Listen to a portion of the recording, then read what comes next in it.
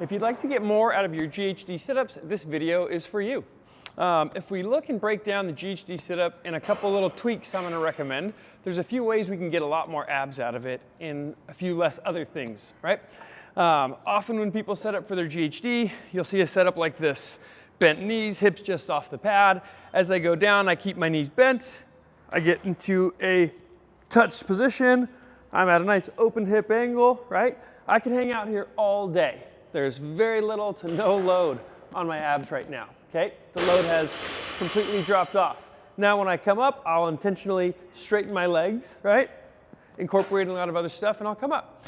Not a bad movement at all. I love GHD sit-ups. But if I'm trying to build abs, strength, tissue, right, in the abs specifically, there's a lot better ways we can take advantage, okay? Step one would be taking this out of it. I love the option to change the angle a little bit by simply bringing the feet below the lower stirrups. By doing that, two things. One, I've now changed the angle a little bit, right? Where when my hip is all the way open, I'm still fully loaded. So at the position where my abs are fully lengthening here, I've still got a ton of load, right? Whereas the other version, when my feet are higher and I achieve that same position of open hip angle, I've got no load, right? I can hang out here all day.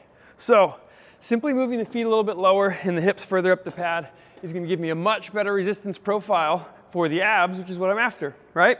The other thing that I love about it is it's giving me a ton of stability at the hips and pelvis, which is, again, going to allow me to get more force into my abs, rather than having those hips and pelvis hanging free in space and taking advantage of, again, a lot of leg and quad rec fem strength to come up, okay? And again, momentum, right? Because when my abs are fully lengthened, I'm beyond parallel and I'm unloaded, and I'm carrying momentum through that most loaded portion.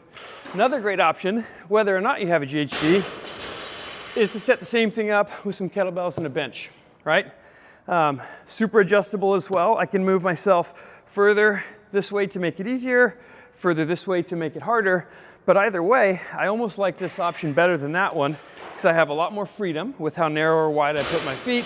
I can change angles a little bit. And then from there, I want to lock in and squeeze my hips and take this completely out of it, right? So now everything is happening from here up. And you can see the amount of load here is a lot greater than when I'm doing a GHD, okay? It's a different movement. I'm not going to do it as explosively or dynamically. It's less integrated. Doesn't mean one's better than the other, but it's a really nice option and a tool to have in your toolkit.